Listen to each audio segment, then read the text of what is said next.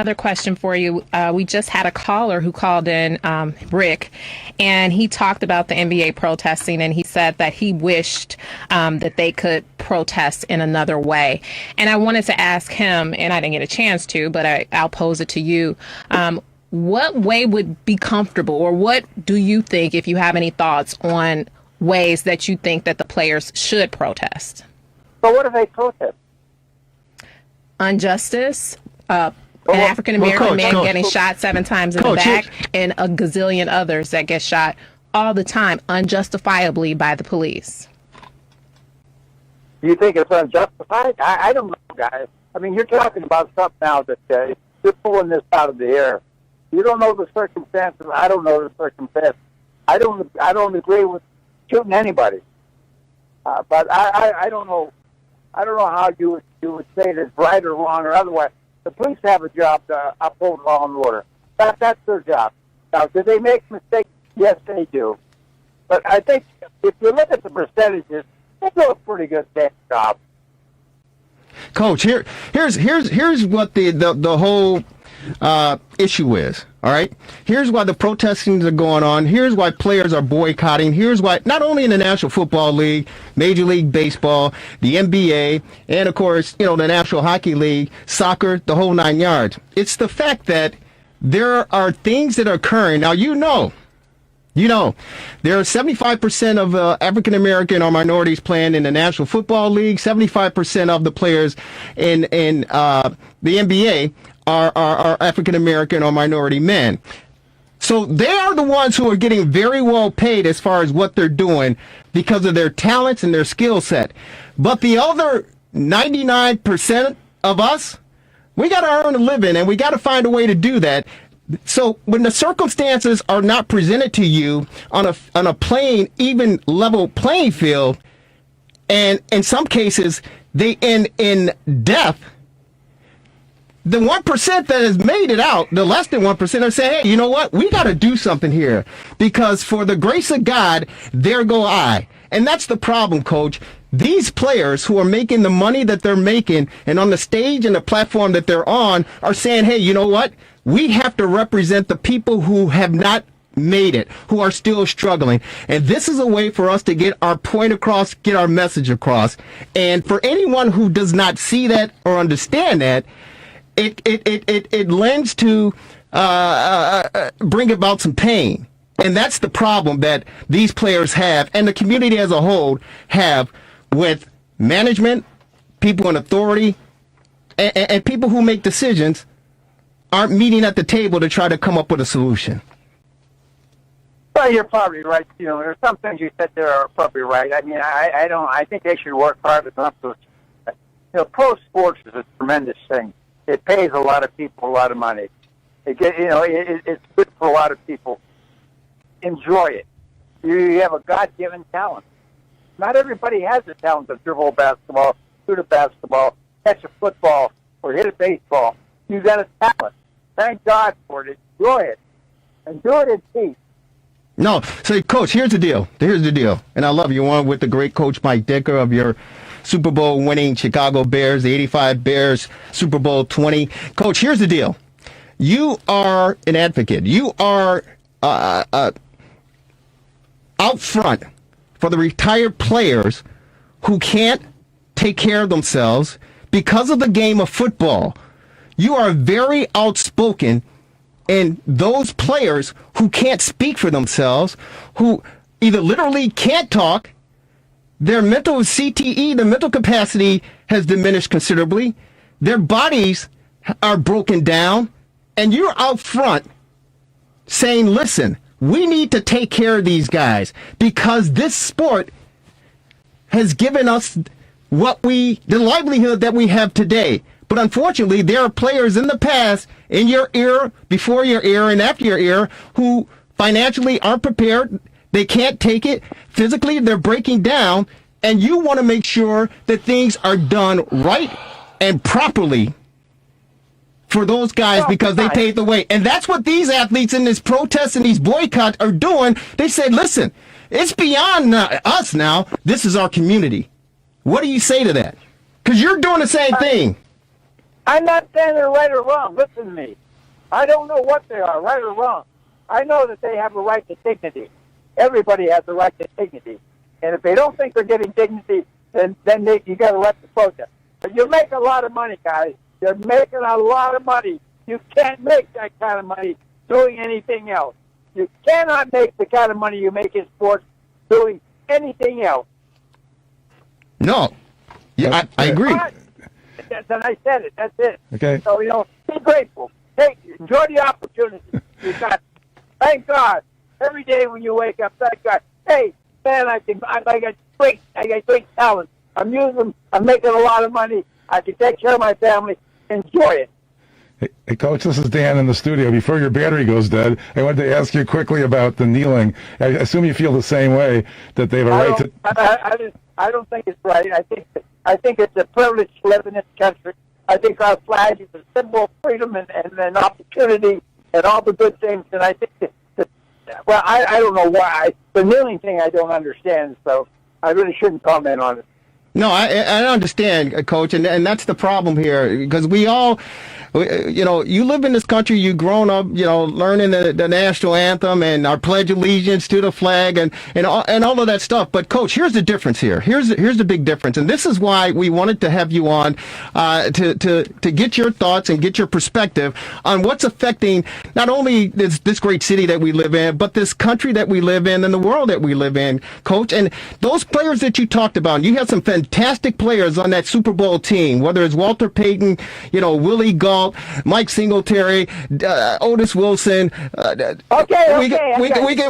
listen, Coach, here's what we want you to understand and want others to understand, that as an African American man living in this country, playing in the greatest game in the world, in my opinion, playing professional sports and all the money that you make, at the end of the day, you still walk out of your door every single day as a black man, and you have to wonder what kind of racism I'm going to experience today because of the color of my skin.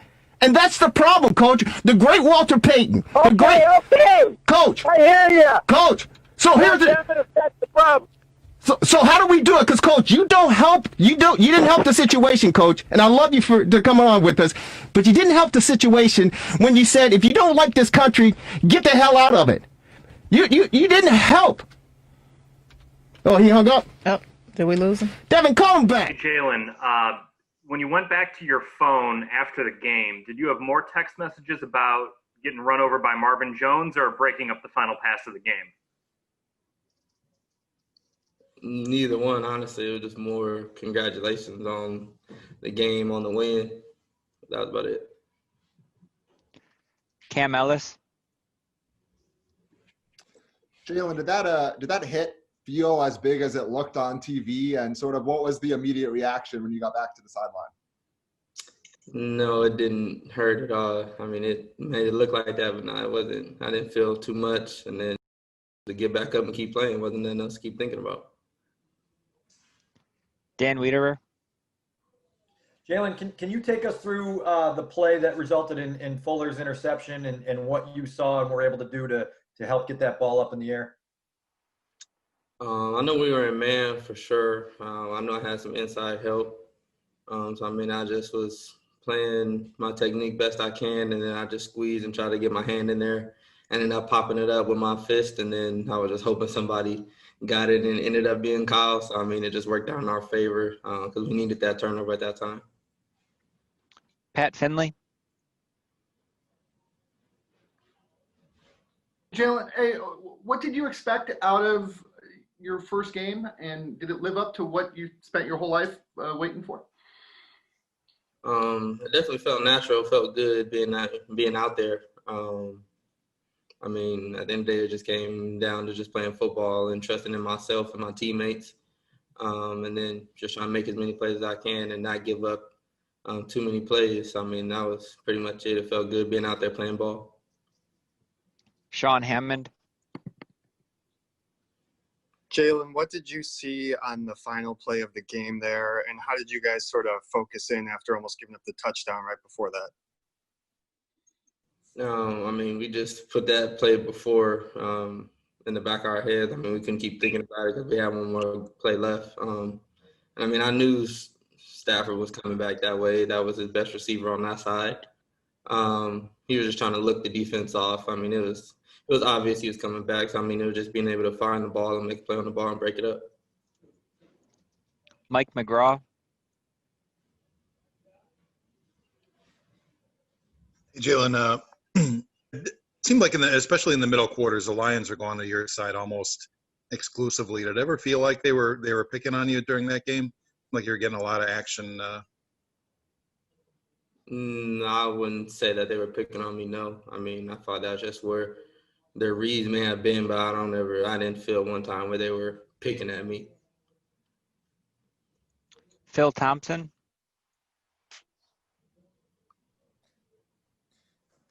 Jalen, what's to say about your camp that rookies like you and Darnell Mooney made big contributions? And then speaking of Mooney, going against guys like him in practice, who's really the fastest between him, Ginn, and Tariq Cohen?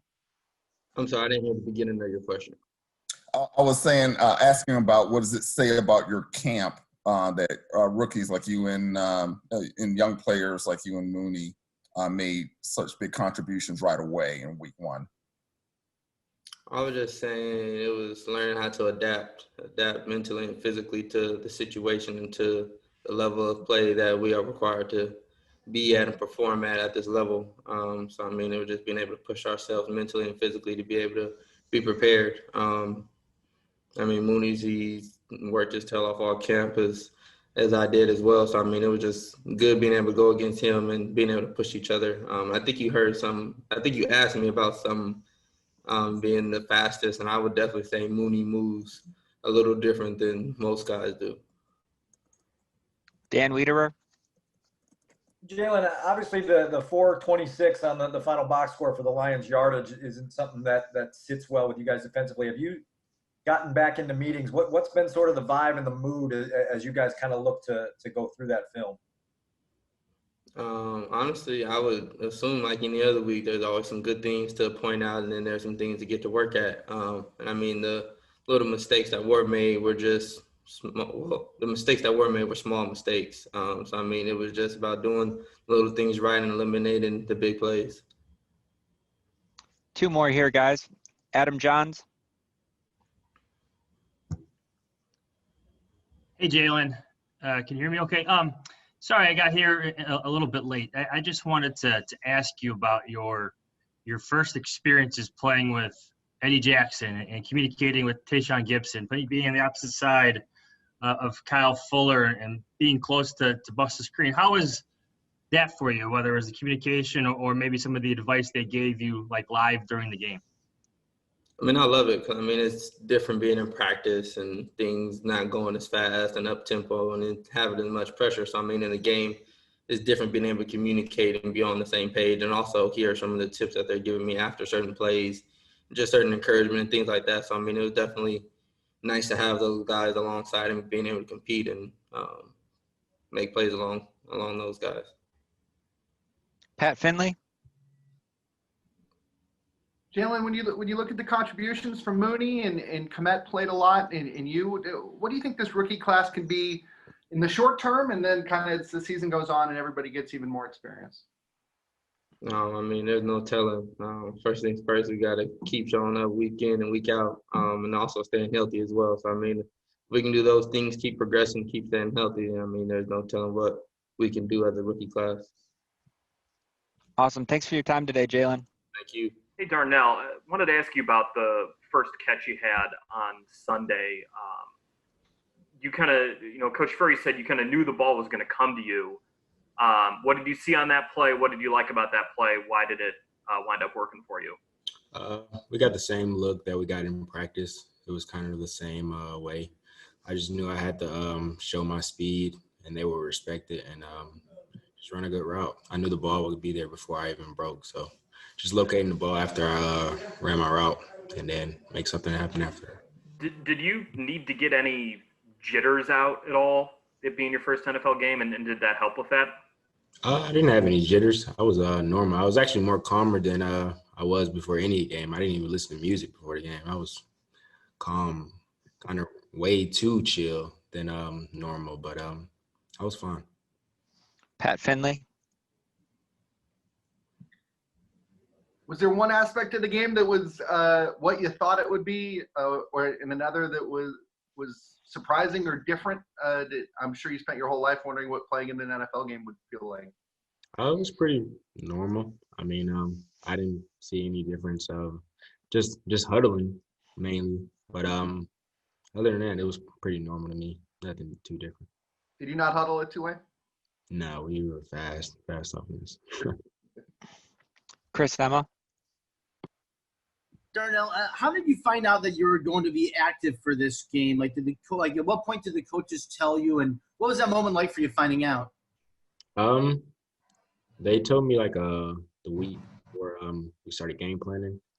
I mean, in my mind, I felt like I was going to be active.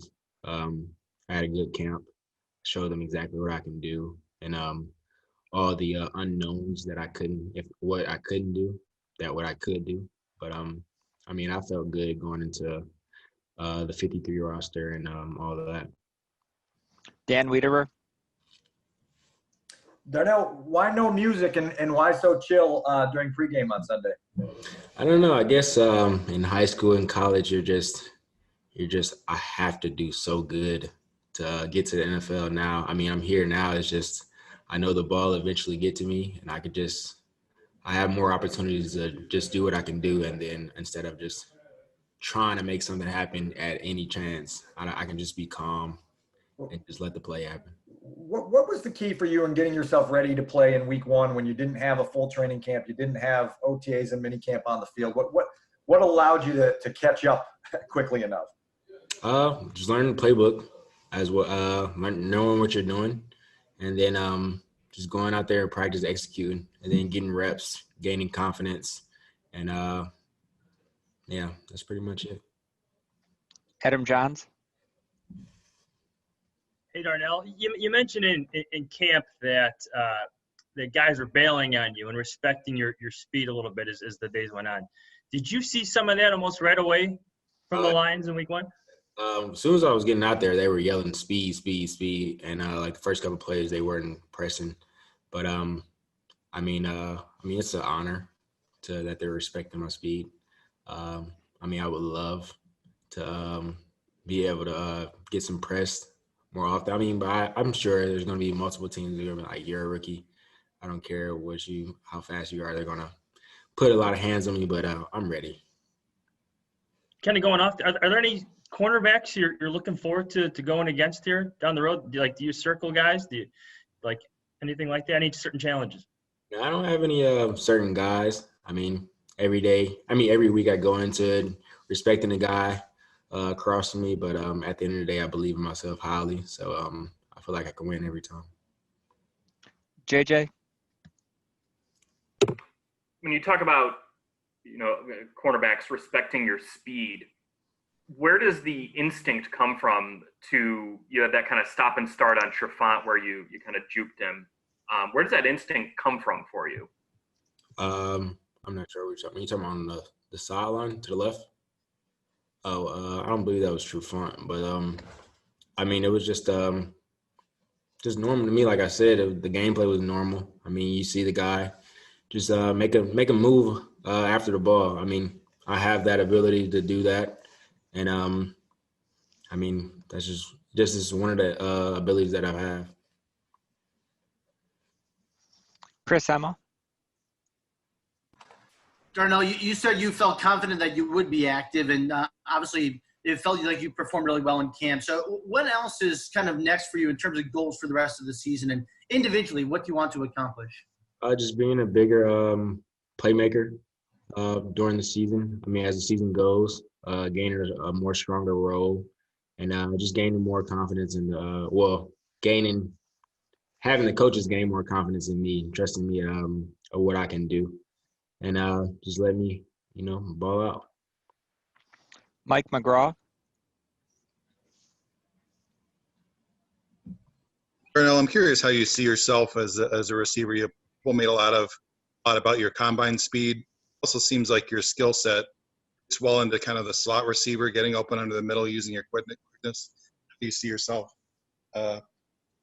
your role in the NFL? I'm sorry, I didn't hear the beginning part. You say how? I'm just seeing how, what you see your role in the NFL, because it seems like people make a lot about your combine speed, but you also seem to have that that slot receiver, use your quickness to get open kind of. I mean, I feel like I could play anywhere on the field, outside, inside. So wherever Coach Nagy wants me to be, I mean, I'm available anywhere and any time on the field. So I'm confident and comfortable anywhere. Couple more for Darnell. Dan Wiederer. Darnell, how do you describe the sort of unusual atmosphere that was there Sunday that you played in at Ford Field? And then following up on that, what would you describe as the atmosphere inside Club Dub afterwards? So first off, Club Dub was amazing. I've never been a part of that. But I mean, during the game, I mean, fans, usually like with fans, I miss the fans. But during the game, I mean, all that closes out when you're in the game. And then I watched the game afterwards just to see like what it was like to watch it on TV. And I didn't know that they had the fan noise. It was extremely loud. I didn't know that. And we didn't hear none of that on the field, but that was totally different. Adam Johns. Hey, Darnell, I'm curious, are you aware of some of maybe the buzz about you now after your debut, whether it's internally amongst your coaches or outside from fans and social media? And then I guess as one of the fast guys on the team, what do you think of the speed overall on offense with Cohen, Patterson, Ginn, and whatnot?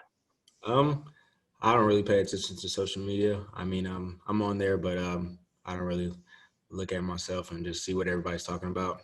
I mean, like I said, I felt like I played decent. I caught every ball, and I mean, there's more expectations out of me, but as a speed of our offense, I feel like we have an amazing offense and defense and special teams.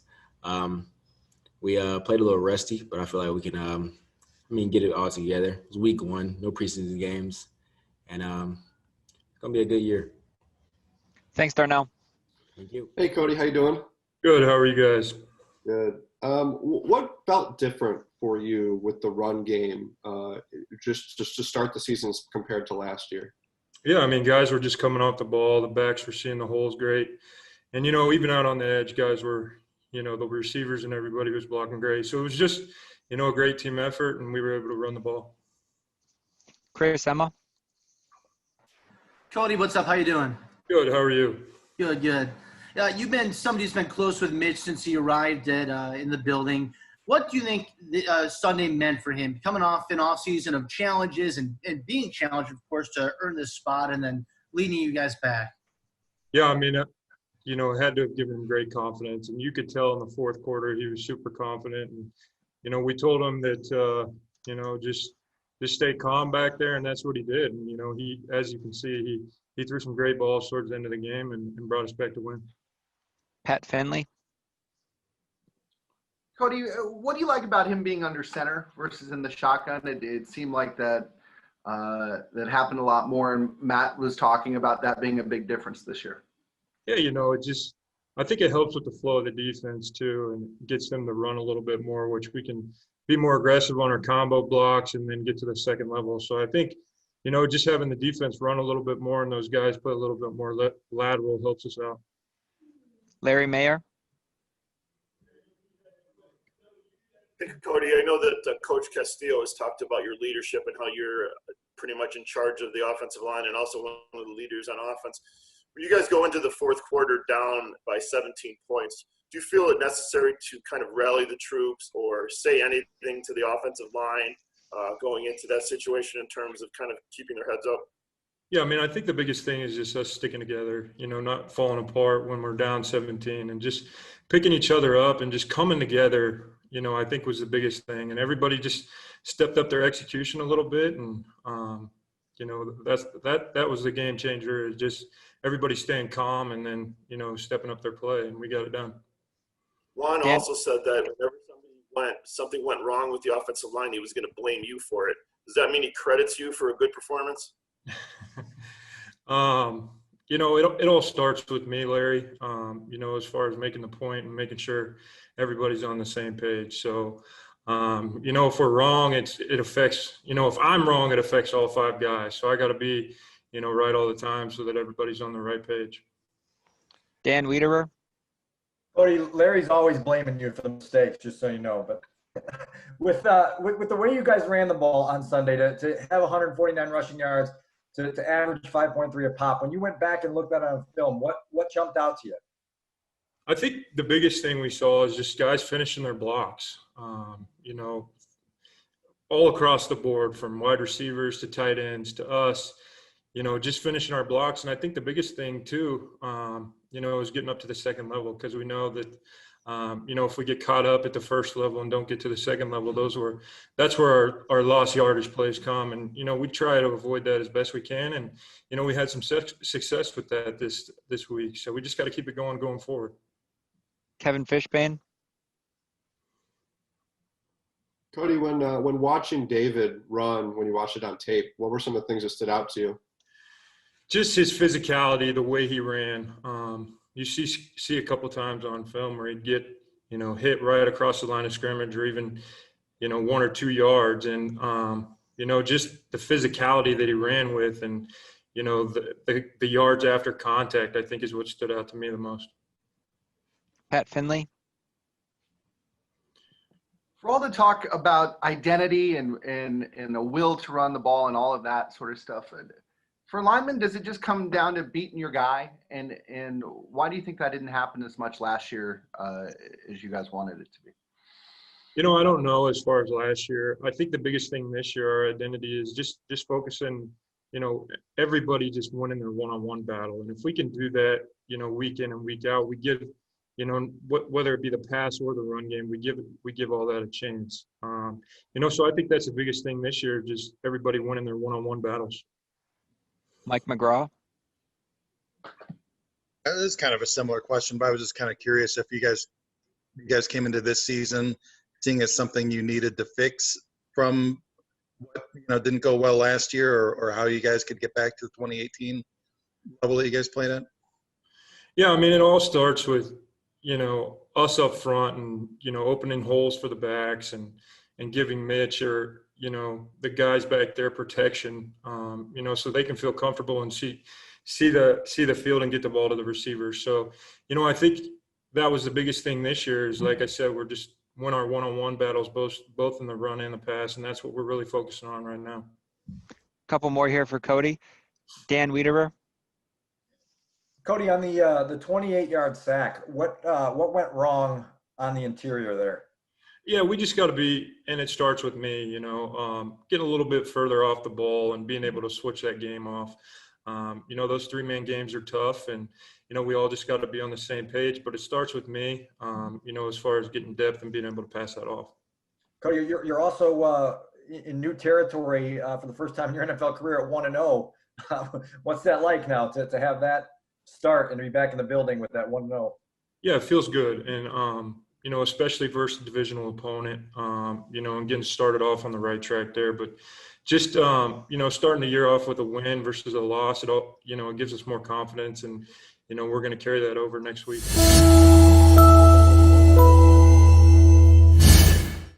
The Rewind Sports 60. From the city of big shoulders, the jewel of the Midwest, comes a sports show that's one of a kind. From iconic players to iconic stadiums to iconic teams, this is my kind of town. Chicago! And the Rewind Sports 60 is my kind of show. From Air Jordan to Sweetness to Papa Bear Hallis, this city works hard, but plays even harder. Danny Carlino and Jerry Riles bring you the Rewind Sports 60. Live. The Rewind Sports 60 starts now.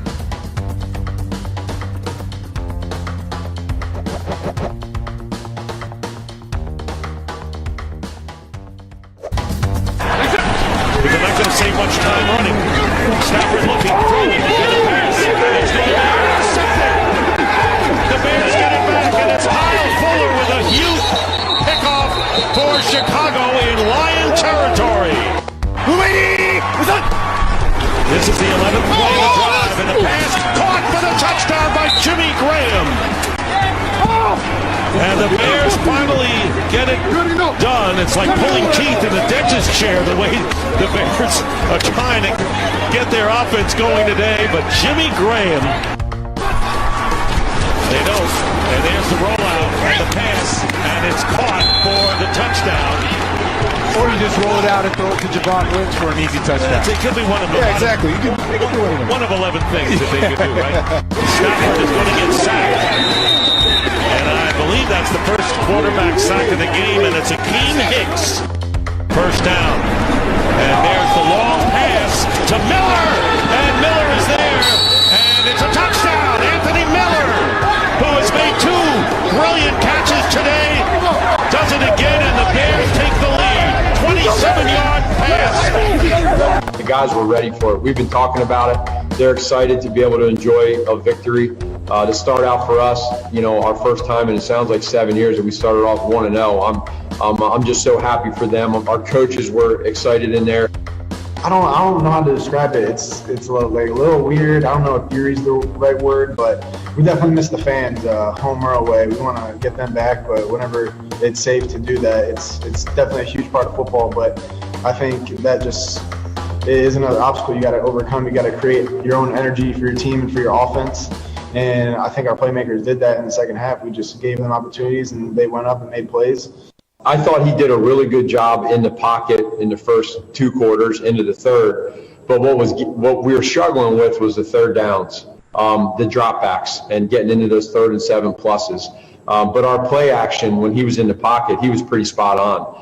He did miss. I think he missed 1 dagger throw over the middle. And then Jimmy Graham, we had a couple that they're working through that connection there, but they're going to get that down. But welcome, everybody, to the Rewind Sports 60. I'm your host, Lauren Cox, and we are broadcasting live from our WCPT studios in the beautiful city of Chicago. And we are so excited because we got a Bears win today. Phenomenally, the Bears came out, pulled it off at the final hour. They beat the Lions 27-23 to start off what has been an epic week in sports. This Thursday was the first day ever that the NFL, the MLB, the NBA, the WNBA, the MLS, the NHL, and the US Open all played on the same day. So we went from absolutely no sports to more sports that we could ever imagine. So we definitely want to get everyone involved. We want to hear your comments, thoughts, everything you need to say regarding the Bears and their win today. Give us a call. Again, fastest hour in sports. Our number is 773-763-9278. So I want to get right to it and bring in my wonderful esteemed panel. Dan, Marver, the marvelous one. What were your thoughts on that epic Bears win this Sunday? Going into halftime, I was thinking Nick Foles, but after that, things got a little better. But you talk about a lot of sports. Well, it was a red letter day because the Cubs won and the Sox won. The Cubs won 12-0, being a no-hitter, Alec Mills. Absolutely. And the Sox now have the best record in the American League, by the way, with a 5-2 win. So all the way around, I hope Thursday is the last time we ever have all those sports together on the same day because of the reason that they had to be played on the same day this year. Absolutely. But it's good. And the NFL, everything looked normal except for the empty stands. So, and the production of the broadcast seemed fairly normal. So that's gone well so far. So we hope it continues. Absolutely. And then I got to bring in the amazing Jerry Riles. Jerry, know you had some thoughts on the Bears win and this epic sports week in general. I did. I have maybe one thought. What's that? I have one thought. Just one? Yeah, just one. Thank God they won, marvelous one. Thank God they won. You remember the White Sox? You talk about the White Sox, and congratulations to the best team in Chicago, baseball-wise. That, of course, being the Chicago White Sox on the South Side. But do you remember the White Sox, the 77 club with the South Side Hitman? Yeah, and the 83 club, that was the Winning Ugly club. Mm-hmm. That was today for the Chicago Bears, Winning Ugly. Are you kidding me? a win is a win, as they say, and you can only play who's on your schedule. And the Detroit Lions and Matthew Stafford were on the schedule for the Chicago Bears to open up the 2020 campaign. And, whoo, Lauren. It was by tight. the skin of our teeth. Yes, absolutely. And then they let Adrian Peterson run up. I'm like, what? But we still prevailed. I mean, going up to the Fuller interception, it was almost time to walk away and take a nap. Yeah, it was over. But the Fuller interception turned things around. It certainly did. Those highlights you heard to open up the fastest hour in sports conversation, Fox Sports courtesy, and of course Dick Stockton on the call there. It was a pretty interesting football game, to say the least. But Lauren, as you stated, and Marvelous, I certainly understand and I get it. But we've been talking about getting back to some sort of normalcy. It was real normal for a minute, huh? It was really, really just cool and refreshing to sit down on a Sunday afternoon after going to church and saying my Hail Marys and my novenas, to sit down at 12 o'clock high noon, turn on the tube, and watch some football on the National Football League level in 2020. It was just a breath of fresh air, and it was refreshing that we have football. The first... Oh, my God. The first... Right. I mean, it was different because there was no preseason. So it was like you hadn't really had time to evaluate the players or the teams, even in a practice session. Everything was behind a cloak and closed doors up till now. And so that's why it was really, really exciting and really, really special to get an opportunity to finally get to see some real hardcore football. I was beside myself, and I'd love to hear from the both of you. But just to watch some college football yesterday, that was that. I seriously, Lauren, Marvelous. I had to pinch myself. Yeah. I literally had to pinch myself and say, are we really watching college football on Saturday afternoon? And then are we really watching pro football on Sunday afternoon? Yeah. I literally had to pinch myself. Thursday, too. But and you speak about the college, a lot of the tournaments, a lot of the individual matches are being postponed because a lot of the players are coming down with COVID. I think Auburn's game is going to be postponed. You could see several games have to be postponed, which is inevitable. Sure. I mean, these college campuses. the players live together, unlike the pros. Yeah. Yeah. And these college campuses are just rampant with the Petri dish. Parties and I mean, wow, this is going to be interesting to see how they're going to finish this season. No question about it. And if you want to join in, the Chicago Bears, they get a win 27-23 over the Detroit Lions and Matthew Stafford. Matt Nagy is 5-0 against the Detroit Lions. And, of course, Mitchell Trubisky, who got the start, and we'll get a chance to talk about him and his numbers, but he got the start, and he hasn't lost to the Detroit Lions either. Almost. He hasn't lost to them either.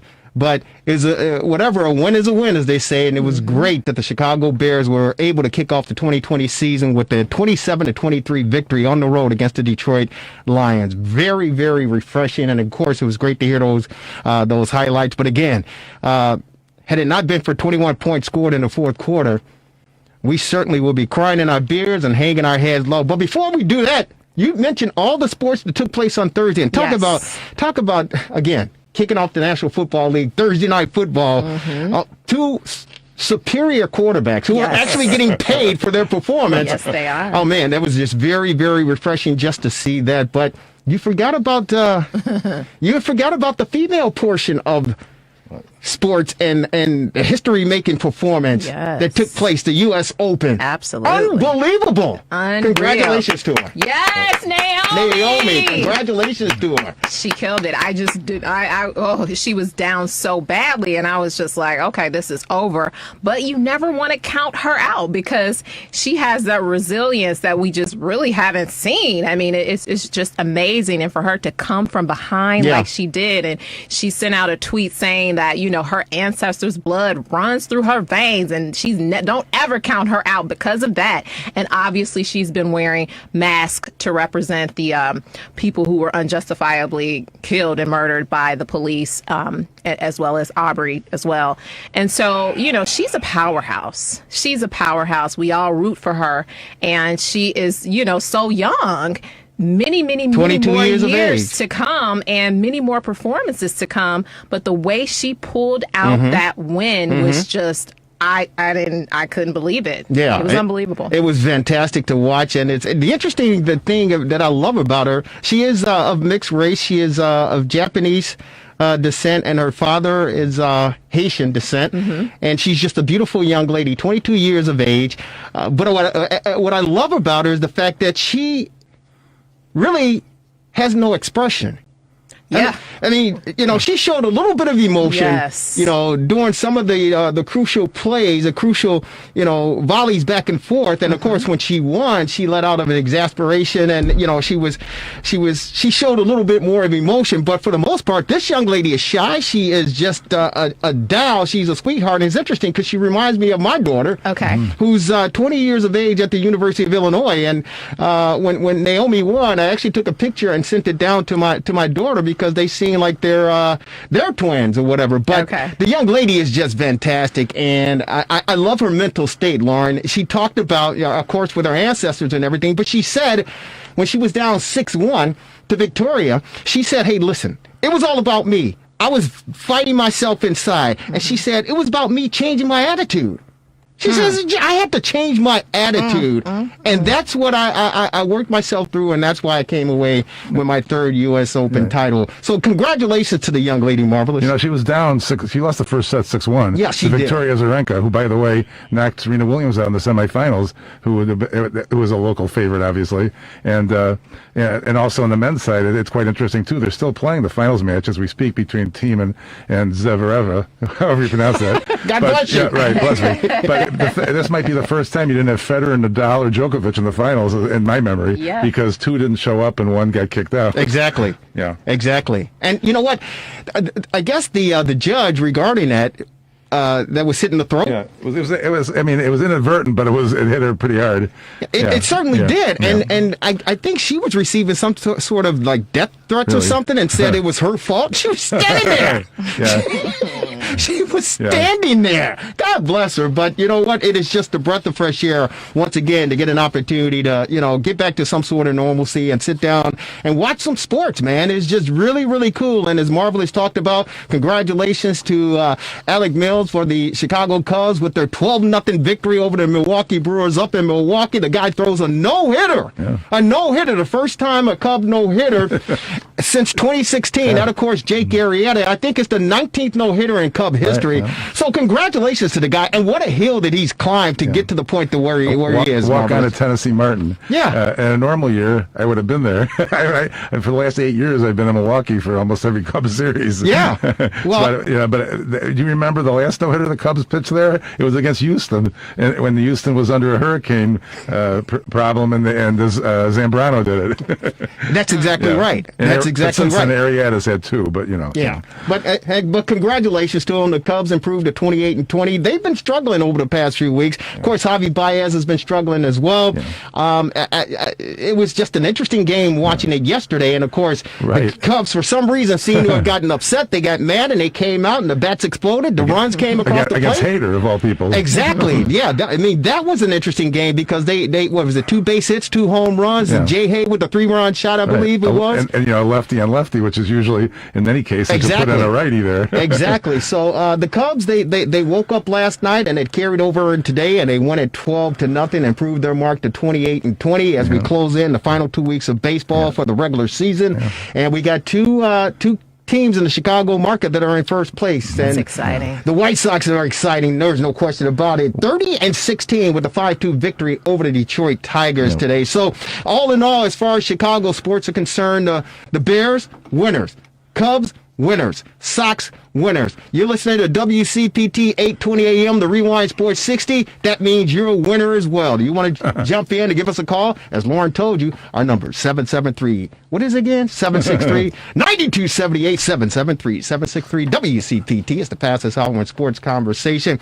And real quick, as far as Mitchell Trubisky's performance is concerned, love to get both your feedback. We're going to get an opportunity, hopefully, to talk to the 10-year veteran, former Chicago Bear safety, known as the 17th letter in the alphabet, Q, Quentin Demps. Hopefully we'll get a chance to talk with him before we're out of here because he loves Mitchell Trubisky. But Trubisky, 20 of 36, 242 yards and 3 touchdowns. Of course, the big quarter, the fourth quarter, the Bears scored 21 points after trailing 23-6. And it looked like Detroit and Matthew Stafford were going to run away with this one. But the Detroit Lions, they had some breakdown on the defensive side of the ball in the secondary, and Mitchell Trubisky and the Bears offense were able to capitalize. Lauren, what was your thoughts watching the first half and then watching the second half unfold as far as the Bears were concerned? Well, the first half, I mean, the pressure was on Mitchell Trubisky, obviously. Everybody was looking at him really closely to see, okay, what are we working with and why in the world did they select him over Nick Foles to have that starting spot? So, as things went as they have gone in recent history with the Bears, you started to think, here we go again, another repeat of last season. And fortunately, he turned things around. He got out of the pocket a little bit, did some things that really showed, I think, something different than I've normally seen from him. A little bit, yeah, because generally they would have lost that game, I think. Can you pinpoint something that you noticed differently this game compared to in the past with Mitchell Trubisky? I think it's Nick Foles breathing down his neck. I think that's what's changed for him in terms of do or die. There is a second option, and he's standing right over there. So let me get it together and let me pull my resources and everything that he has at his disposal. Amazing defense. He had, was able to make some plays with some of his receivers as well as with the running backs as well, and the tight ends. I mean, use your resources, use your weapons. And so he was able to do that in the final fourth quarter, turn that thing around, and we came home with the win. Yeah, Anthony Miller, 4 of 76 for 19 yards and a big touchdown. Allen Robinson with a big catch, 5 receptions for 74 yards, 14.8 average on the day. So you're absolutely right as far as Mitchell Trubisky teaming up. And we can't forget teaming up with Jimmy Graham, also the tight end that this offense calls for, and a tight end that has been missing. And teaming up. Jimmy Graham is a great security blanket for Mitchell Trubisky. But he was, now keep in mind, it's not a top tier defense as far as the Detroit Lions are concerned. Mm-hmm. So I'm glad that Mitchell Trubisky had success. And the O-line looked good, too. Well, yeah, they did for the most part. Marvelous, what did you think? I mean, I think the O-line did look good, but here's the thing that I noticed. Those 2 passes from the 2-yard line and the 1-yard line, it was really good touch to Wims and Graham. I mean, I don't think I've seen that kind of touch from him. And even that last pass to Miller for the winning touchdown, it was right over the defender. I mean, it was almost like, a perfect pass. And right. I haven't seen too many perfect passes like that from Trubisky in years past, so I think his touch was very good. And the offensive line helped tremendously. He was only sacked once, and he sort of was scrambling on that one. So, I mean, the O-line was big, and they really, again, had no running game to speak of. So the Bears? I mean, not tremendous. They had more than they usually do. What did Montgomery have, like 60 yards or 64 something? yards, 13 carries, 64 yards. Tariq Cohen, 7 carries for 41 yards. Yeah. Both of them averaging almost 5 yards per carry. What would they normally do from the 1 and the 2 yard line in past years? They probably wouldn't pass, is my point. Yeah, here's the thing regarding my perspective on watching Mitchell Trubisky in this 27-23 victory. He didn't look consistent. You talk about the passes that he threw late in the game, and they look pinpoint. But if you watch earlier, there were a couple passes that he made that he was clearly behind the receiver or underthrew the receiver, and luckily he didn't come away with an INT in this football game. There was one pass. There were a couple passes that were actually batted down. And before the Weems touchdown where it was batted down in his face by a Detroit Lion corner, and had he held on to it, he had nothing but pay dirt. So Mitchell Trubisky looked a little bit inconsistent, and I do understand the fact that it is the first game of the regular season. Right. And Q, hopefully he'll get a chance to join us. He and I were texting back and forth during the game, and he said that he was concerned about Mitchell Trubisky because he looked inconsistent, and he looked at his body language, and he said that Mitchell didn't seem confident. No. And when you look at his mannerisms and the way that he carried himself on the football field, he really didn't. No. And that was kind of scary to me for the simple fact, as we watch the two quarterbacks that were passed over for Mitchell Trubisky on Thursday night, and Patrick Mahomes and Deshaun Watson, you saw the enthusiasm and the excitement and the exhilarating, feel. You saw the money in their bank account. Yeah, and maybe that's it. They're saying, hey, I got paid. I'm going out there just to let it all hang out and have fun. You watch Drew Brees, of course, after the Bears game, but we had a chance to watch a little bit of Drew Brees and Tom Brady, and I just saw the fire in their eyes. I saw leaders on a football field directing their players, directing their teammates, and saying, we're going to take charge. Now, albeit Tom Brady threw 2 interceptions after rushing for his first touchdown as a Tampa Bay Buccaneer in the game against the Saints. Last time I heard, the Saints were up 17-7. 34-17 with 4 minutes left. But the point that I'm trying to make is the fact that I did not see that fire in Mitchell Trubisky's eyes. I did not see that fire in his demeanor. And Lauren, you make a point. Nick Foles is breathing down this kid's neck. Uh-huh. And to me, he did not react in a way that he felt like, hey, I got to let it all hang out here. Now, there's more to come. There's no question about it. And he was able to get things together in that fourth quarter. But if Mitchell Trubisky, and here's the thing, this is what's scary to me. It really is scary. And they didn't have training camp or anything like that, correct? We just watched Mitchell Trubisky. The guy 20 of 36 for 242 yards and 3 touchdowns. If the competition between Nick Foles and Mitchell Trubisky was that close that they couldn't really make a decision, and remember that Matt Nagy said we're going to sit everybody in a room, we're going to watch all the tape, and we're going to watch everything we have to before we make a decision. If it was that close between these two guys, Chicago Bear fans, you guys sitting down, you girls sitting down, you think this game was ugly and we got to win? It's going to be, and if the pandemic doesn't stop it, it's going to be a long-ass season. Because if Mitchell Trubisky is the starting quarterback because they couldn't make a decision because it was too close in the competition, what the hell are they saying about Nick Foles?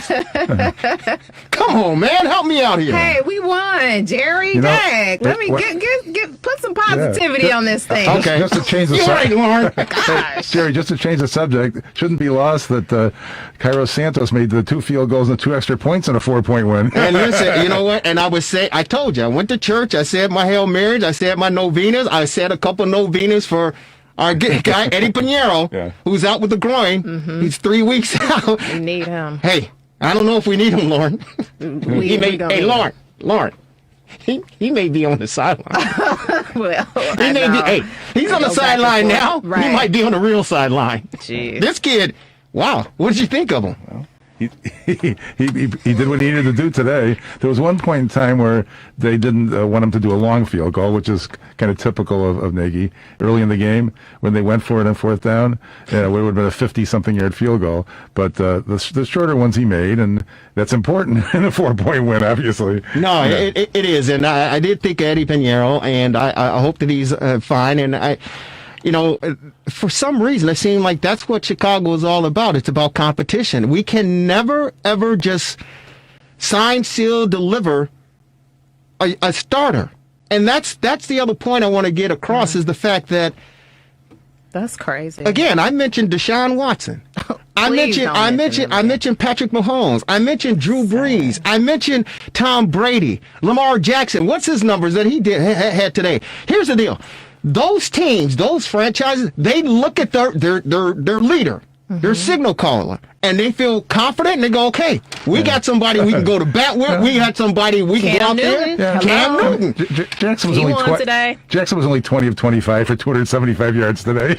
I don't know about you two, but and share with me. Here's the deal. With our guy, and I'm not trying to beat him up, Lauren. I'm not trying to beat him up, but I'm just saying. I can't tell. I'm just saying. I said I feel nervous, and let me know if you guys felt the same way. It felt to me like we were still supporting a rookie quarterback. Oh, God. We were praying for a rookie quarterback to have some success. Not a guy in his third or fourth year, right? Right. Not that guy. To me, it felt like he was a rookie, and you were pulling for this rookie to have some success. Mm-hmm. Meanwhile, you got guys who came in the league the same time as he came in the league. You got guys who came in after he came in the league. You got guys who've been here. They're the elder statesmen as far as the league is concerned. And they were leading their teams. They were showing fire. They were showing determination to win. Meanwhile, I'm sitting at home in the Hall of Fame room going, wow, I felt like I was cheering for a rookie. Yeah. What about you? Also, too, I wanted to get you guys' thoughts on the defense, too, because Adrian Peterson, I mean, he had 94 yards on 14 carries. And they just signed him. So it speaks to what you were saying in terms of the Bears in their thought process when they're looking at bringing in talent. He was available. I mean, and we don't even want to touch the quarterback conversation because it's like everybody who they possibly could have had a chance to take, they're doing phenomenally well. Except for us. And then they tried to do a Hail Mary and bring in Nick. And that whole experiment hasn't worked out particularly well, in my opinion, seeing as though I thought he was going to run away with it and be the starter, be named the starter. So questionable. Yeah. Well, Peterson looked pretty good for a 35-year-old. He got 93 yards today. Yeah, I mean, he looked very, very good, and he looked deadly. And think about it, ladies and gentlemen, and we're going commercial free in the fastest hour sports conversation here at the Rewind Sports 60, WCPT 820 AM, our Sunday Bears post game show. If you want to join us, our number is 773-763-9278, 773-763-WCPT. Here's the scary thing about it. Lauren, you said that, hey, we won. Take it easy, Jerry. Lay off of them. Give them a break. Listen. Marvelous. We're 11 seconds from crying in our beer. If Swift makes the catch in the end zone, if he makes a catch in the end zone and don't drop it, the Bears lose this football game. Right. They had a chance to win it after we took the lead. Absolutely. They lose this football game against Detroit. Now, the only reason I think we lost the football game, that's one, because this guy drops the football, but two, last year, the Detroit Lions, they lost how many games? 7 games, I think, in the second half. Right. They were up like they were today, and they end up losing 7 games in the last half, the last frame, the last quarter. In 2018, I think it was somewhere around 11 games that they lost. So they have a way of self-destructing. Yeah. They don't play a complete 60 minutes of football, that being the Detroit Lions and their coaching staff. So the Bears had to hang on. But it's not – they got a lot of work to do, Lauren, in my opinion. They have a lot of work to do. Now look at our schedule. So they play the Giants next. Falcons. The Falcons. The Colts. We can win all those games now. Wait a minute. What are you drinking over there? I want some. Let me finish. October 8th, we got a major problem coming in October 8th, okay? So, let's see what they do. We know they're going to win next week, pretty much. Really? How do we know that? What did the Giants do, Marvelous? Jones. I mean, yeah, they're going to win. They play this tomorrow night against the Steelers. Yes, that's right. That's exactly right. Hey, Lauren. LA ain't doing nothing. The Colts, Wait a minute. What is wrong with you? What are you drinking over there? We got a chance. Based on what? A chance because these teams are not blockbuster teams. And we are. Well, we are. Let's put some positivity behind the Colts. Bears. I want to put some positivity. I know. I want to put some positivity behind the Bears. Colts have Phillip Rivers now, by the way. But I want to be. Here's the deal. Not today. Lauren, I want to put some positivity behind the Bears win. I do. I want to do that. Please do. But our defense is supposed to be our strong point. Right? Don't go there. Where was Chuck Pagano? Help me out here. Where was Chuck Pagano? Where was he last season? I mean, where was Chuck Pagano today? Where was he? I mean, because our defense looked like it was Darrell Bevel. The guy, he was calling plays left and right, just dissecting our Bears defense left and right. That's unacceptable. It is. That is unacceptable. And this is the game tape that you're going to put out for the Giants to dissect for next week. Mm-hmm. You put this tape out there for these guys to take a look at and say, this is what we do. And here's the problem. The defense. They're going to play much better. There's no question about it. Mm-hmm. But the point of the matter is, if Mitchell Trubisky doesn't step up his game, not one notch, not two notches, but three notches, you cannot have that defense of the Chicago Bears out on that football field 30, 31, 32, 34, 35, 37 minutes. You cannot have them out there on the football field like that because they are going to run out of gas. That's not right. They're going to get gas. And a good offensive team is going to come in, a good offensive quarterback is going to come in and dissect the Bears defense the way that they've been doing over the past few years. So, with the exception of the 12-4 year. But the point of the matter is, Mitchell Trubisky has to be a better game manager. Yeah. And Matt Nagy has to be a better signal caller. And from what we have seen after one game, albeit it's one game during a pandemic era, there's still some work to be done. Oh, yeah. And if their goal is to get to the Super Bowl, the only thing they have to do is take a look at that Kansas City Chiefs team, and they didn't play their best football on Thursday night. But they look like a machine operating, moving the ball down the field. Yeah. Now, the quarterback is the MVP of the Super Bowl, and I get all of that. But if that's what you're modeling yourself after, you're a long, long ways off, in my opinion. You're a long ways off. It's scary. Just made me think how Foles was an MVP of a Super Bowl, too. Yes, Foles, that's right. And you know what? I got to give credit. I don't know if it was... It was one of the NFL experts on ESPN last week that said the Bears, first of all, they had no choice but to make Mitchell Trubisky their starting quarterback because, of course, they put all their eggs in this kid's basket, and they're going to give him every ounce of opportunity to succeed. I said this last week. They have to give him every opportunity to succeed. And I'm going to tell you guys, the smoke and mirrors is what we just saw today. These 21 points the Bears put up in the fourth quarter today, smoke and mirrors. It is smoke and mirrors. So don't get it twisted. Don't get it twisted. Mitch Trubisky is not the type of quarterback that you think that he is just because the Bears escaped with a victory against the Detroit Lions and he had the success, i.e., so to speak, that he had today. Smoke and mirrors. But if the Bears are trying to get to the next level, that, of course, deep in the playoffs and, of course, to the Super Bowl, they need to take the tape from Kansas City and just watch what happened against the Texans on Thursday night and how that offense operated and how their quarterback operated and work toward trying to get to that level. Today, it didn't reflect any of that, in my opinion.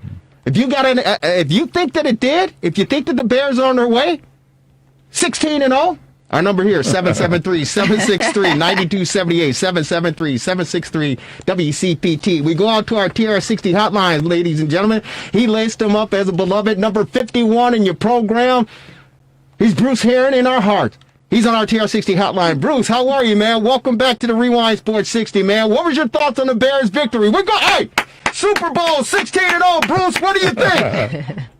Hey man, we're going straight to the NFC Championship game. That'll boy! That'll boy! That's what I'm talking about. There you go. See?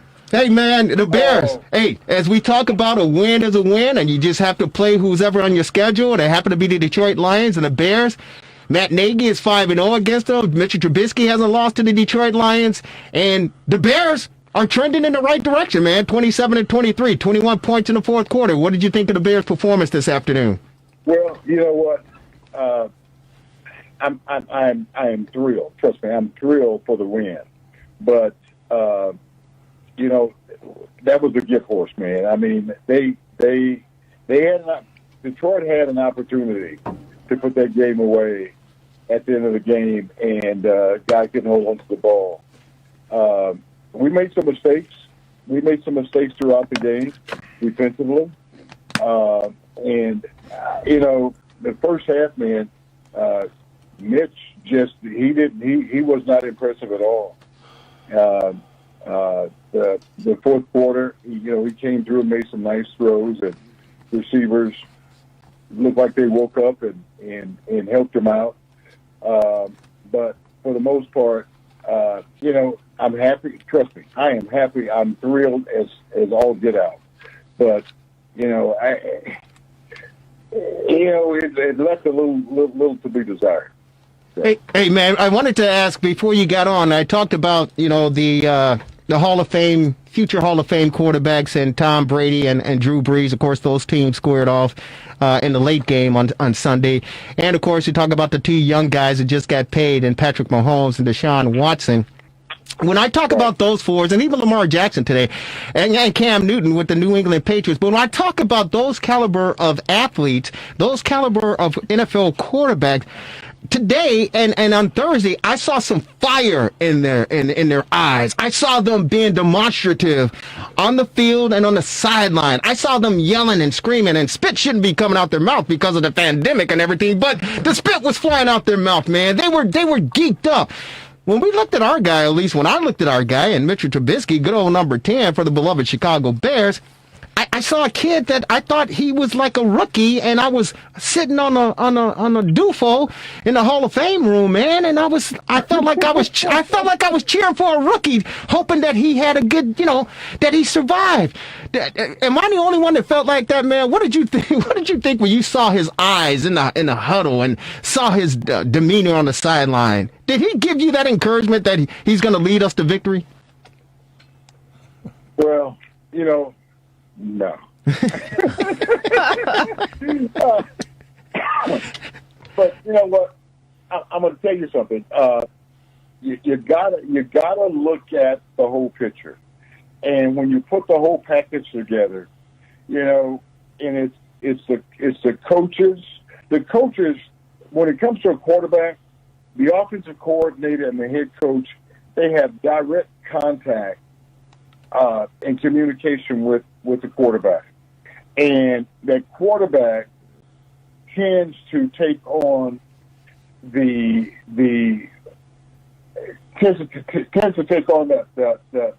characteristics, the mood and the mentality of the coach. And trust me, I'm not trying to take up for Mitch, but I just think that there's more that's at stake here, and there's more of a problem than just Mitch. The first three quarters, Mitch was Mitch. The fourth quarter, he came out and he was just a different guy. How do you explain that? Mm-hmm. I don't know. Well, Bruce, it's puzzling, but I'm telling you, the Bears playing Detroit and squeaking by with the win. There's no way in the world they can get to an NFC championship game or the division championship. Well, yes, sure there is. The only way they can do it is if they can buy some tickets, just like hopefully the rest of us can buy some tickets. That's the only way they're going, Bruce Heron. We're on with good old number 51, Bruce Heron, played with the beloved for 5 years in the greatest city in the world, that of course Chicago, Illinois. Here's the deal.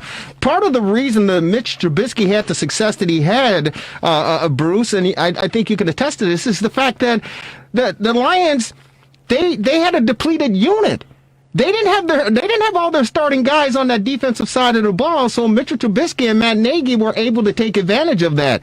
And I said it was smoke and mirrors and fool's gold as far as this win is concerned, but a win is a win. Right. Well, you know what? There's one thing about the Detroit Lions, and they've had this stigma for a long time. I mean, years, that they shoot themselves in the foot. Mm-hmm. all the time. I mean, there have been years where the Detroit Lions have had the talent to win the division and go deep into the playoffs, but they always find a way to just blow it. And boy, did they blow it today when that guy dropped that ball in the end zone. Swift. That was tough. Yeah. Swift drops. But the Detroit Lions have a tendency to do things like that. And, I don't know what it's going to take to get them over the hump. I've always been a big fan of Detroit. Of course, because of my Chicago Bears. You know, there have been years, man, where the Lions have had some damn good talent and just could not get over the hump. So today was another one of those examples. Mm-hmm. Hey, Bruce, Lauren here. I just wanted to switch gears a bit. Hey, and ask you, I don't know if you got a chance to check out the game Thursday, the Chiefs versus the Texans. But yeah, so they came together in a moment of unity, and the Kansas Chiefs fans actually booed the players while they came together in that moment of unity. And J.J. Watt basically said he didn't understand that. He didn't understand that. What were your thoughts when you heard about the fans booing and J.J. Watt's response to it? Well, you know what? I wholeheartedly agree with J.J. Watt because I couldn't understand it either. I could not understand it. And you know what? It's just an example of what Donald Trump has done to this country. And, you know, I'm telling everybody, anybody that's listening, whether you agree with my politics or not, that this is one America. We're all in this thing together. When 9/11 happened, I'm telling you, for months, we all came together. There was less crime in the streets. There was unity. It didn't make any difference whether we were black or brown or purple or green. It didn't make any difference. You know what? We were all hurting. And absolutely devastated and shocked. And we came together as a country.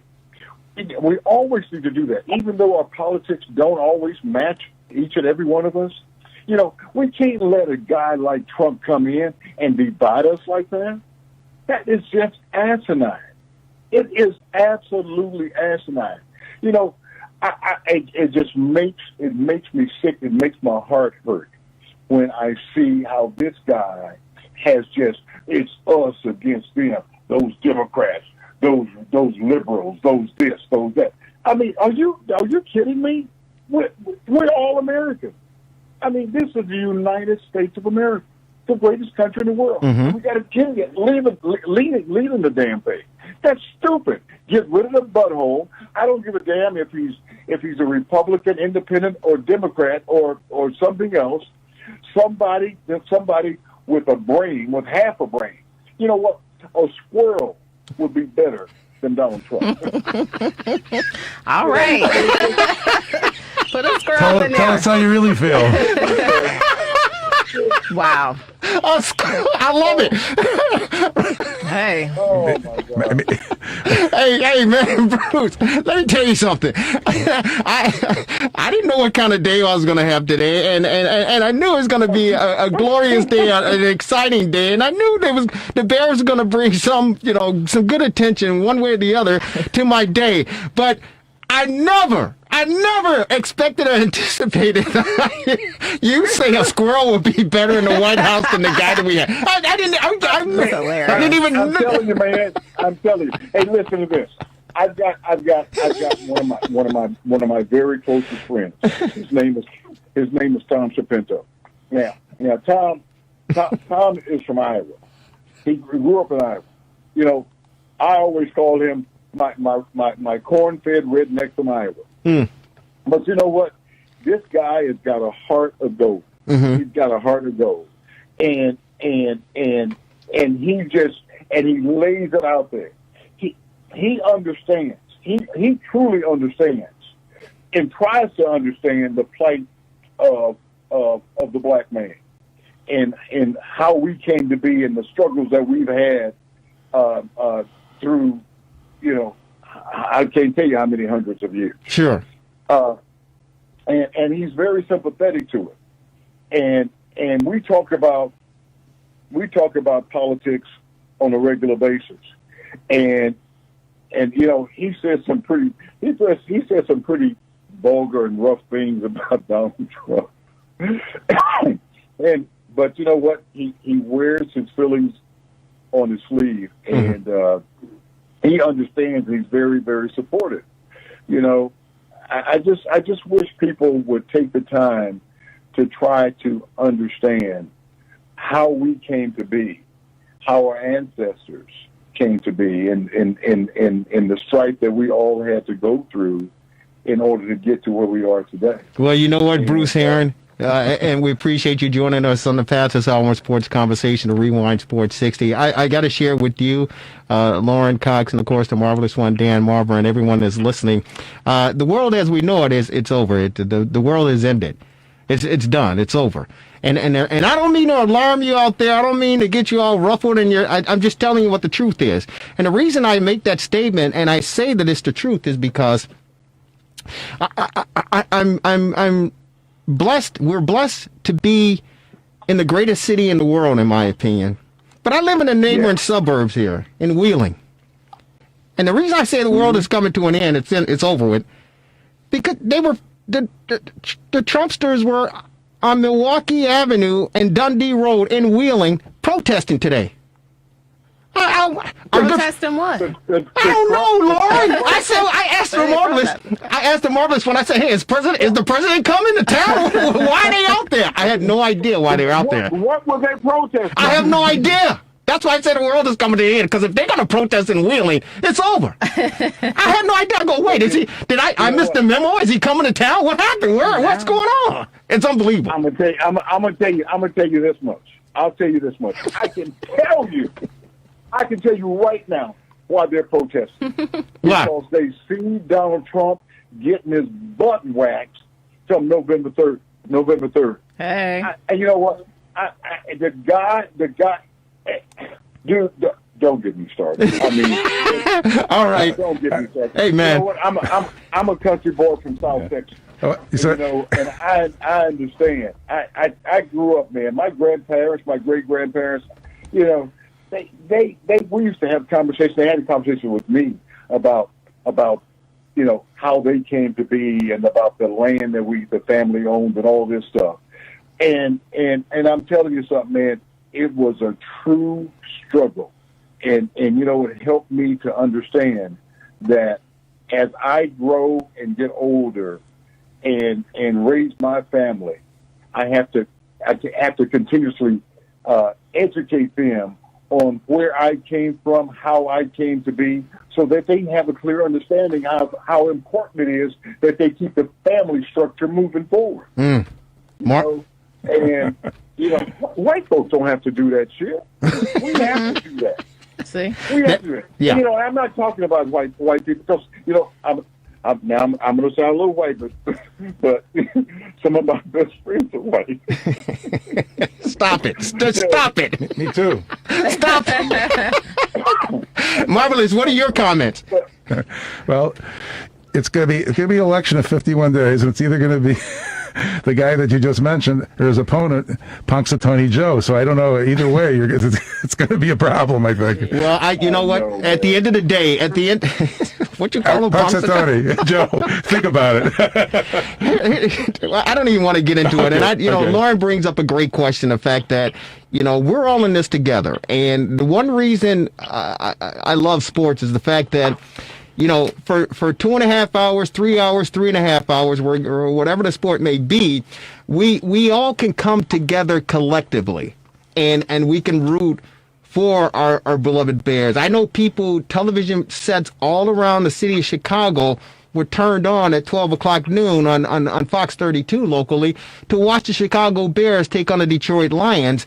And the only allegiance that we have is that we support, for the most part, our teams. Right. As far as baseball is concerned, you got the north side and the south side, but the fact and hopefully we'll see the World Series with both those clubs in it. So Cubs, they got to pick it up because the White Sox are going. It's called Jackmaster Funk over on the south side. As far as Jackmaster Funk, I mean, Jose Abreu is just jacking the ball all over the place. It's unbelievable. But the point of the matter is, sports. You got Abreu and all that young talent. Unbelievable. Oh my goodness, man. Let's just hope Ricky Renteria don't screw it up.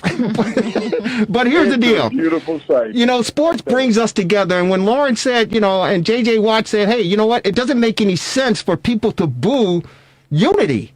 It makes no sense to boo unity because at the end of the day, and you're absolutely right, Bruce, when you talk about 9/11, George Bush was a was in office, and he was a Republican.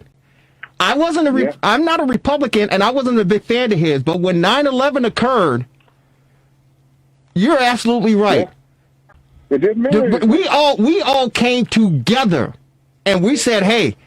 And I want to cuss like you, but I'm saying we all came together and say, and what did Big Papi say? What did Big Papi say? What did Big Papi say when they had the marathon?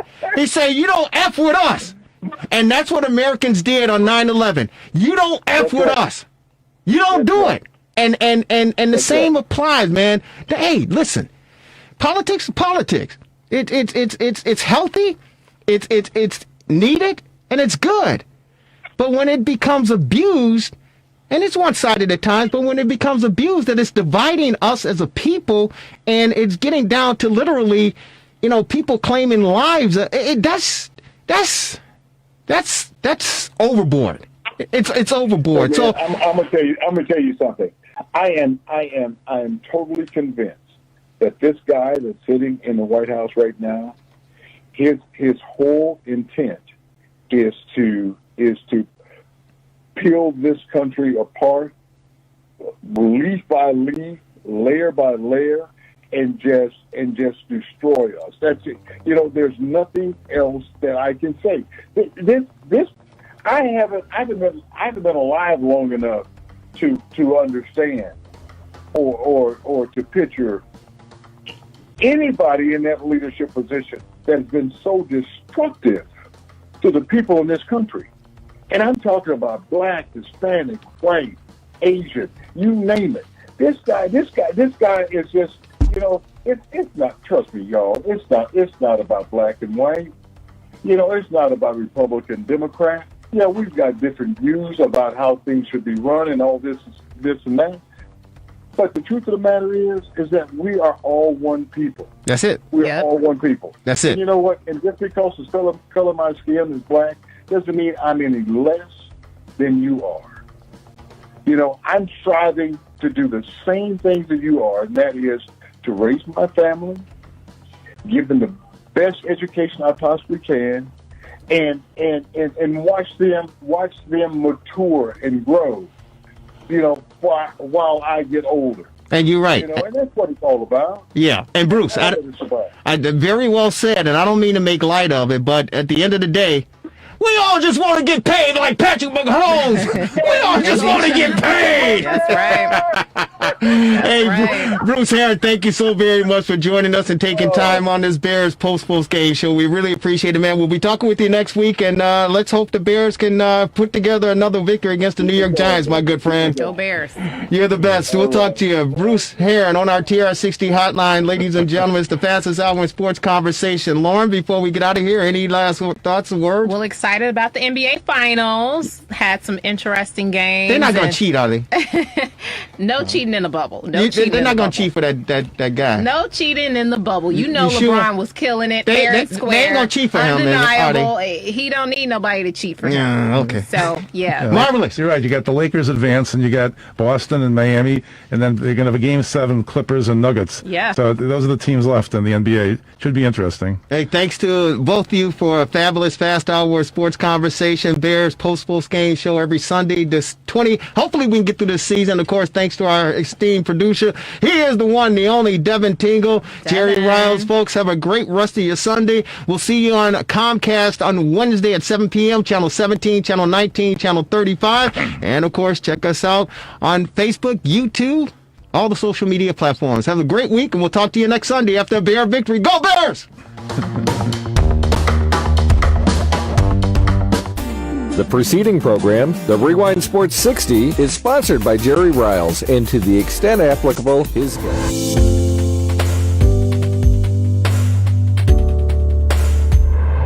You can see we're live here at Soldier Field along the lakefront. The Bears kick off their 2013 season against the Cincinnati Bengals and Marvin Lewis crew. They're just about ready to kick off. This place is a rock-solid madhouse. We're going to see what the outcome will be, but now it is the start of the 2013 football season for Mark Trestman and the Chicago Bears. Folks, it's showtime. It's kickoff time. Let's get it on. What is your prediction for the outcome of this game? Bears 23, Bengals 21. We'll see if it comes true, my friend. Enjoy the game. All right, we will.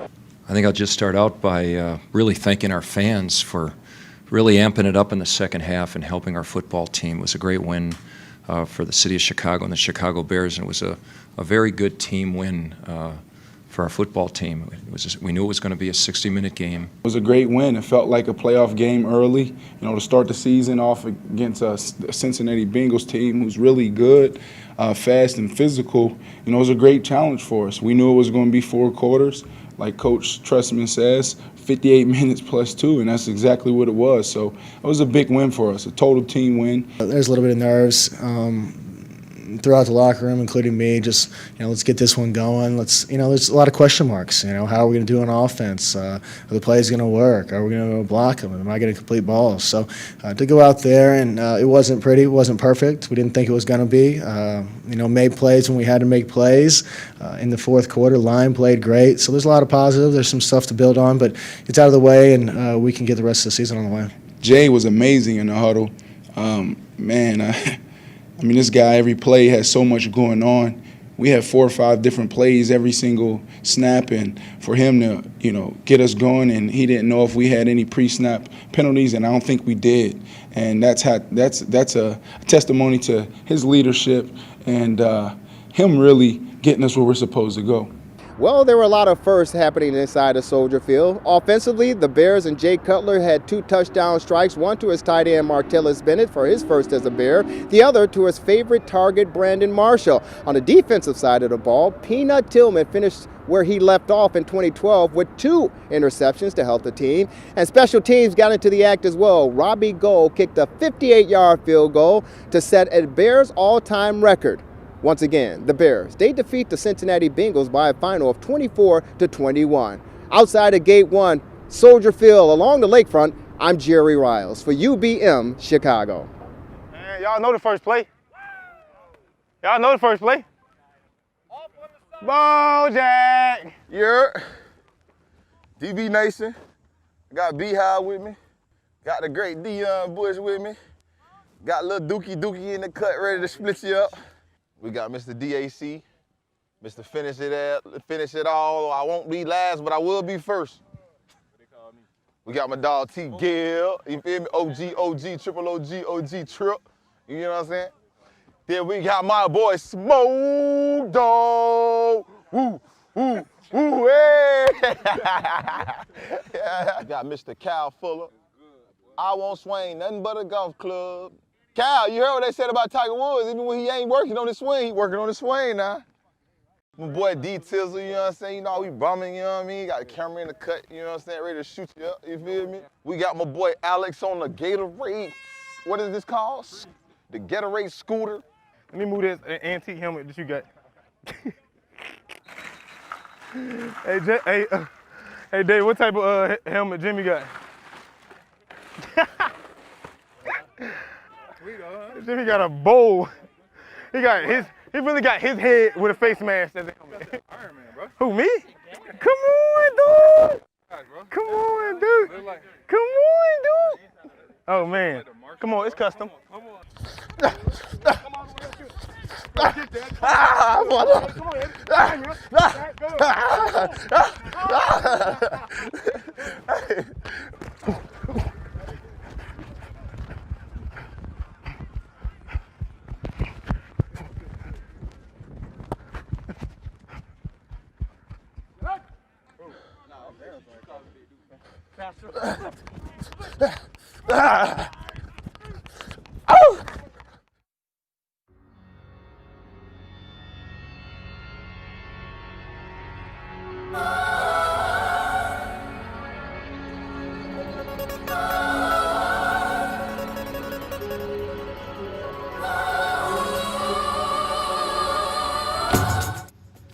Welcome, everyone, to another edition of the Sports Medicine Update, a weekly podcast by yours truly and the honorable, the incredible Dr. Chad Fedorowicz. Check in 3, 2, 1. Welcome, everyone, to another edition of the Sports Medicine Update, a weekly podcast hosted by yours truly, Jerry Riles, and of course, the Honorable Dr. Chad Padronis. Doc, how are you? Having a great day, Jerry. Thanks. How about you? I'm doing very well, and I got to tell you, I am ecstatic, I'm excited, as well as many others across the country, that we have some college and, as important, some pro football after watching the Kansas City Chiefs and the Houston Texans square off Thursday night football to open up the 2020 NFL season. College football is just phenomenal to get an opportunity to sit down in the lazy boy and watch some competitive sports taking place. And hopefully we can continue this on, considering the pandemic and coronavirus and COVID-19. But it's fantastic. And of course, we got two baseball teams who are currently in first place as we go down the stretch. Dog days of summer, as they say, September, and hopefully we'll have two teams in the playoffs as far as Major League Baseball is concerned. And I'm praying, Doc, I'm hoping maybe if the coast is clear, we get two Chicago teams battling for the World Series. So I'm doing good so far, as well as everyone around the country, I believe. Your response? Yeah, honestly, I'm mostly just glad they're all healthy. Well, I didn't mean to stun you or startle you with my excitement and my enthusiasm that competitive sports is back on television, but you're absolutely right.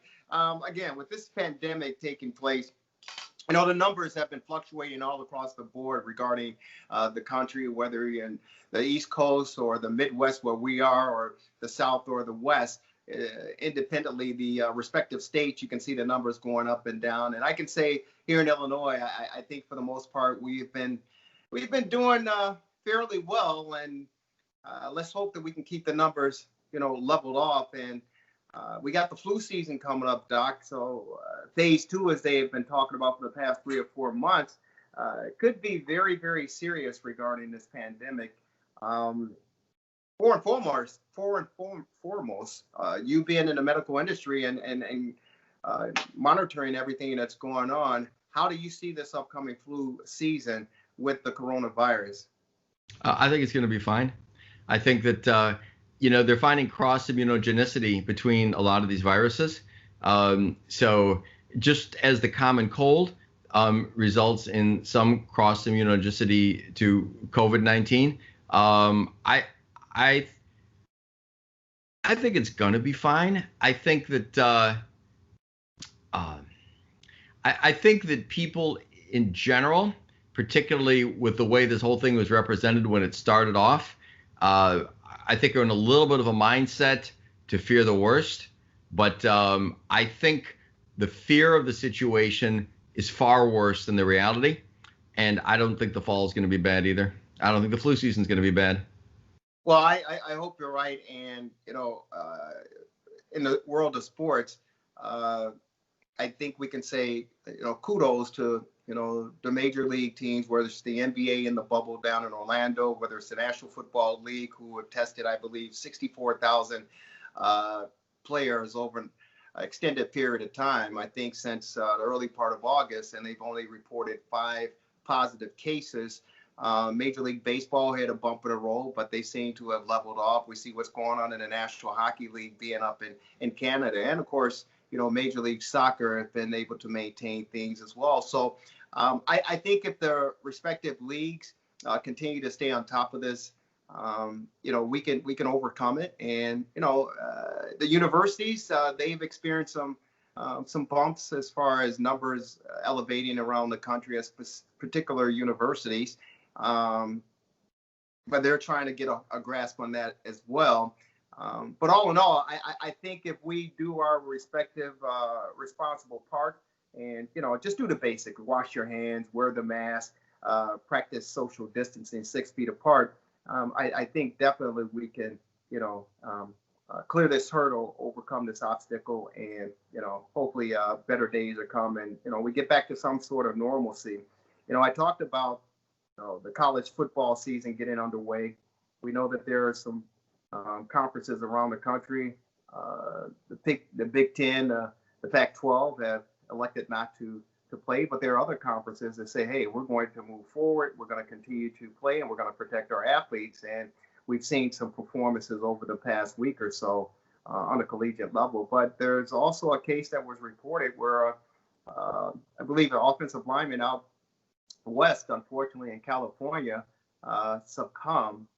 And correct me if I'm wrong with the details, COVID related, which sent some red flags up around the country and around the college football world. Can you expound a little bit on that? Yeah, I've looked at it, and as I say in all these cases, I have no inside information. All I know is what I read, and what is written is limited. So I really want to be careful not to make any inferences about things we don't know. But what has been reported repeatedly, it's a young man whose name is in the news. It's Jermaine Stevens, or Steffens, Stephen's, I think, said to be the son of a lineman with the Pittsburgh Steelers, I think from the 90s. Right. And he goes to a college called the Division II school called, I believe, the California University of Pennsylvania. And what was written is that he was a defensive lineman and was listed at 6'3" and 355. Beyond that, I don't know information about comorbidities, pre-existing conditions. I don't know if he is one of the, it is said 6% of the people who died only from coronavirus are part of the 94% that died from that something else. I don't know any of that. I do know that among the risk factors, as is widely written, there's hypertension, there's diabetes, there's being heavy. So I don't know if his stats are what was listed online, but at 6'3" and 355 is a BMI of about 44. Now you can have a big BMI and be very muscular, and have a low body fat. But normal BMI is said to be less than 25, overweight 25 to 30, obese 30 to 35 usually, morbidly obese 35 to 40. Now by that criterion, most competitive football players are obese and they're not, because they're muscular. Having said that, 6'3" and 355 is pretty big. People that are heavier have a higher incidence of autoimmune problems. So, he clearly has one risk factor. And I don't know the circumstances. Sure. And I don't want to speculate. We've talked about this before. I do think, though, as I mentioned before, that I would like to see. So I think people should be playing to begin with. But among the people that are playing, I just think it's incumbent upon all the programs to do their darndest to protect the people who have risk factors. So I don't know his circumstance, but I feel badly. He clearly has one at least. And I mentioned a few weeks ago, of all the athletes in all the sports, what I'm most fearful of is football, because it's really the only sport among men, at least, where it's common to find people, often the linemen, that are heavy and have risk factors based on that. And so I just think that it's really important that we get a handle on that. And if we think somebody has risk factors, I don't think there's anything wrong with letting the team play, but talk to people who have risk factors and say, look, we need to protect you. It's our obligation. Let people know and give them an opportunity to not play. Maybe even have some parameters around playing because people, these young guys will play no matter what. They're all pretty gung-ho. And sometimes, kind of with what I do, for orthopedics, we'll get people that are banged up, beat up, bad joints, and want to play. And we have to say, look, for your own good, we maybe need to pull in the reins a little. Well, you know what? And this is the Sports Medicine Update, the weekly podcast with Dr. Chad Fedromas. Doc, from a medical perspective, I think you're right on point, and I think that sounds very good, very smart, and it's about staying healthy and protecting individuals.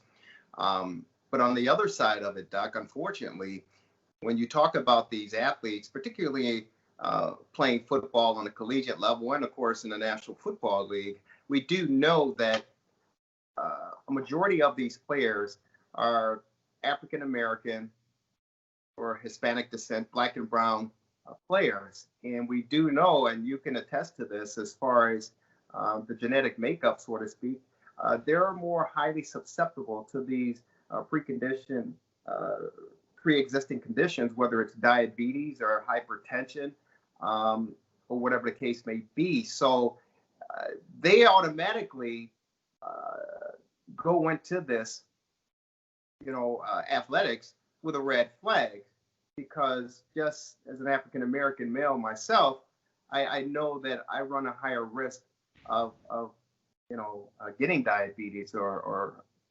hypertension or high blood pressure, just because of my makeup. So now when you start to implement and say, hey, listen, you run a higher risk of getting this, and of course with corona, or with the virus, when you put it on charts, it doesn't look really good for you. So we're going to ask you not to participate in this, because you run a higher risk of succumbing to this virus and ultimately, God forbid,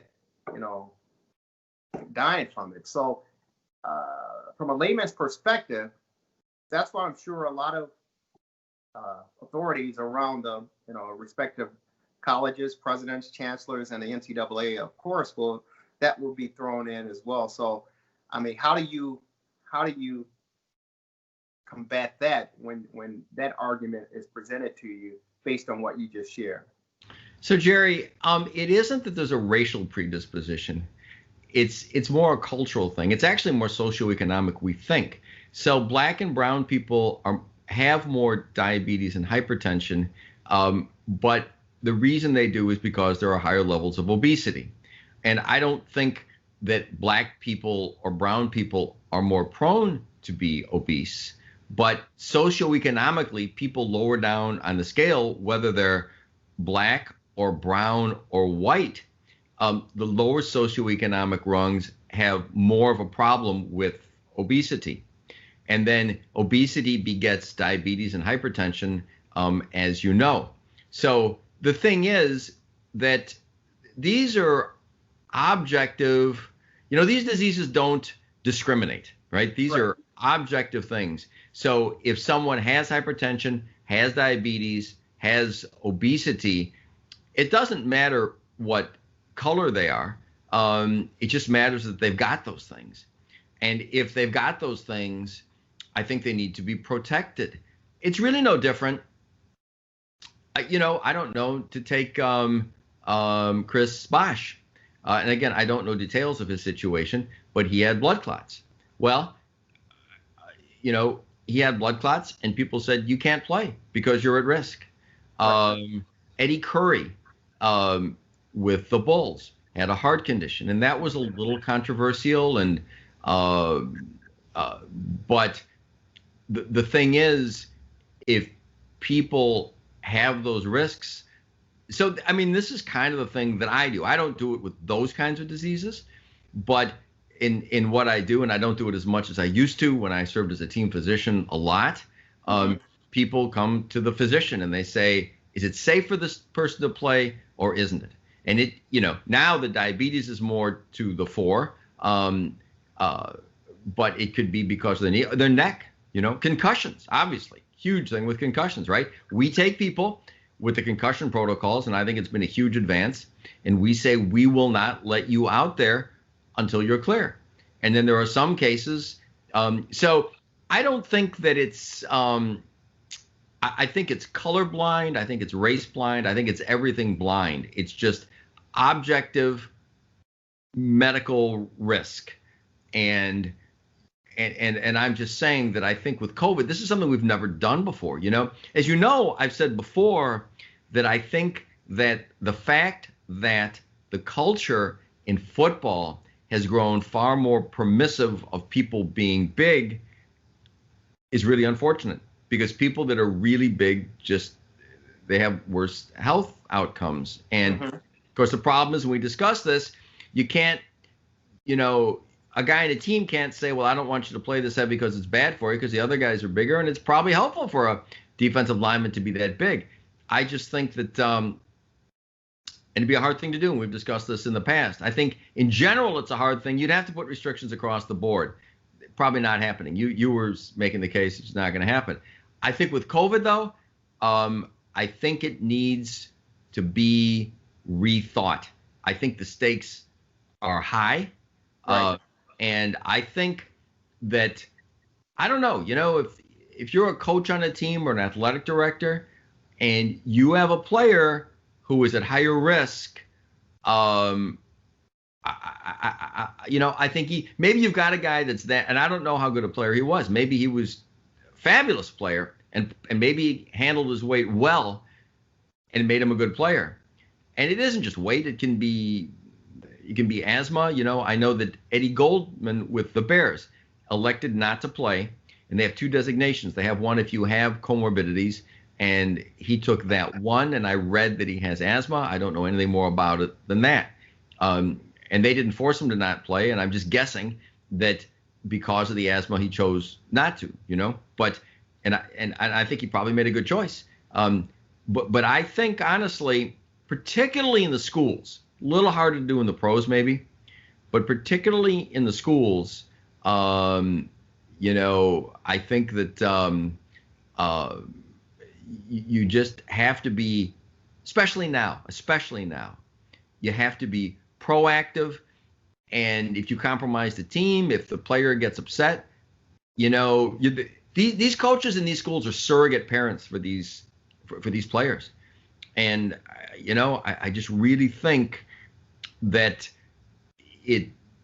I think you really have to bend over backwards to protect players that are high risk. Statements in my life, Doc. So if it's the first time, well, you're not making it.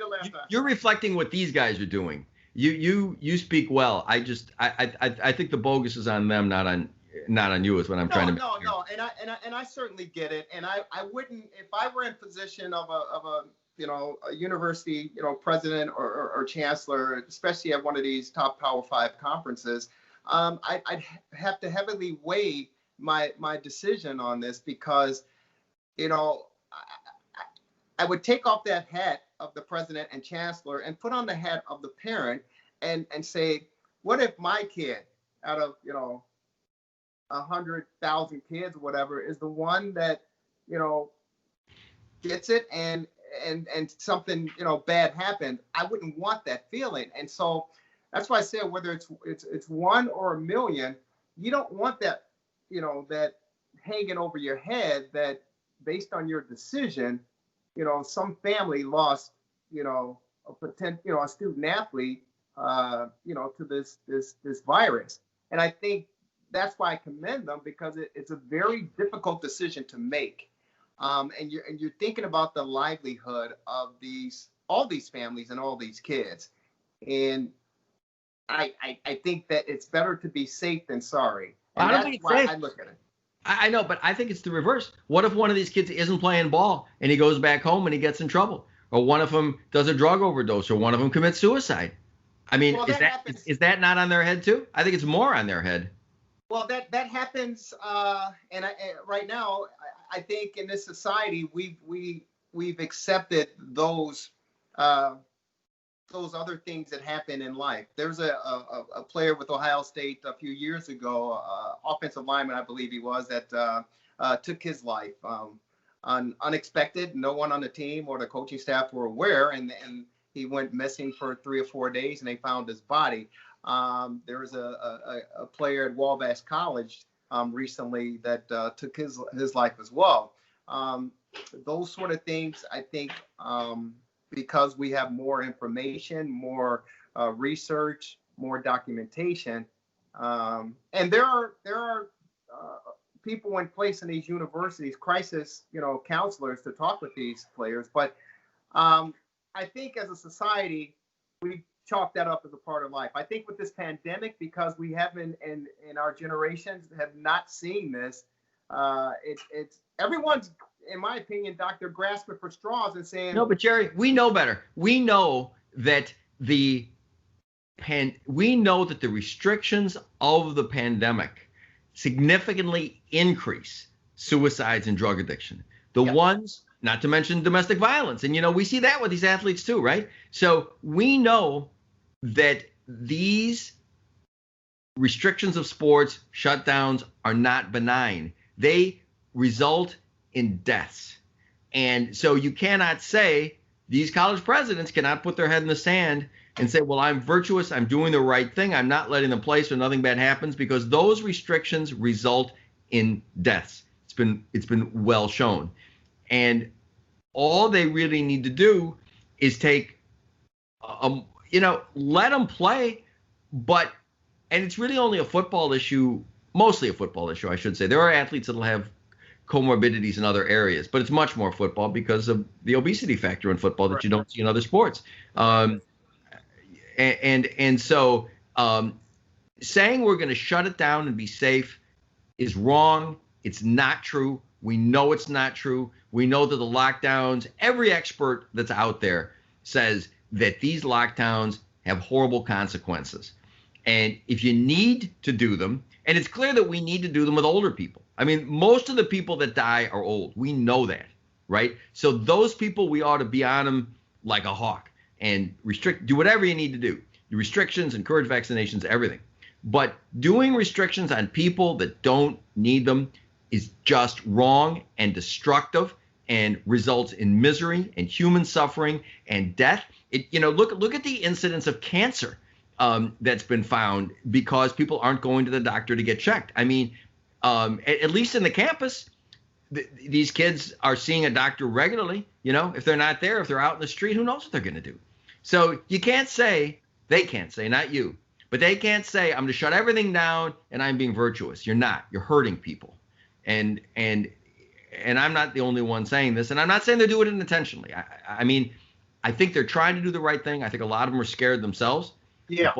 But I think it's just wrong. Yeah, and Doc, we can continue to go on. I do want to ask you this question because I do believe fear plays a major factor in the decisions that are being made. And you talk about, painting with a broad brush, but across the board, I think many, and not only just in the world of sports, I think, all across our society, fear is running rampant. And a lot of people are saying, they're afraid, where others are saying there's nothing to be afraid of. But in closing, I want to ask you the question when you talk about, and I understand I'm a part of the media, and I know that, there's some truth out there, and I know that there's some fake information that's being put out there as well. But we see the numbers as of this podcast, the total number of deaths in this country from COVID is somewhere around 191,000. They're projecting 240,000 deaths by the end of October. When you hear those numbers, how do you respond to that? I think the only thing that matters is to do what's right. And I think it's very clear. So the projections have been wrong all along for increased deaths, as you know.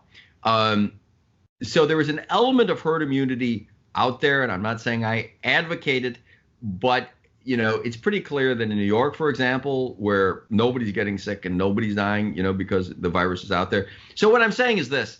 The doctors that I talk to, and this is reported all over, are saying that the virus is less virulent than it was. It's number one. Number two, the reporting is kind of sketchy in a lot of places, because medical institutions are incentivized to have COVID people in there. They're incentivized to say they died from COVID. They get paid more money. So are you dying with COVID or because of COVID? So what I am saying is that the virus is less bad than it was. Even though there's some increases in cases here and there, the deaths have gone down a lot. This is another discussion for another day, but hydroxychloroquine, we've done a lot of research on this, and and another day I'll point out to people how that can make a huge difference if we'll let people use it. So how do I feel about it? I think every death is bad, but I think that we're in a very good place with COVID-19 going forward, not to mention potential vaccines. Doc, thank you so very much. If anyone wants to get an opportunity to learn more and talk more with you regarding COVID, sports injury, sports medicine, how do they get a hold of you? Our phone number is 847-699-6810. We have a terrific staff. Your call will be fielded by a human being, not a voicemail.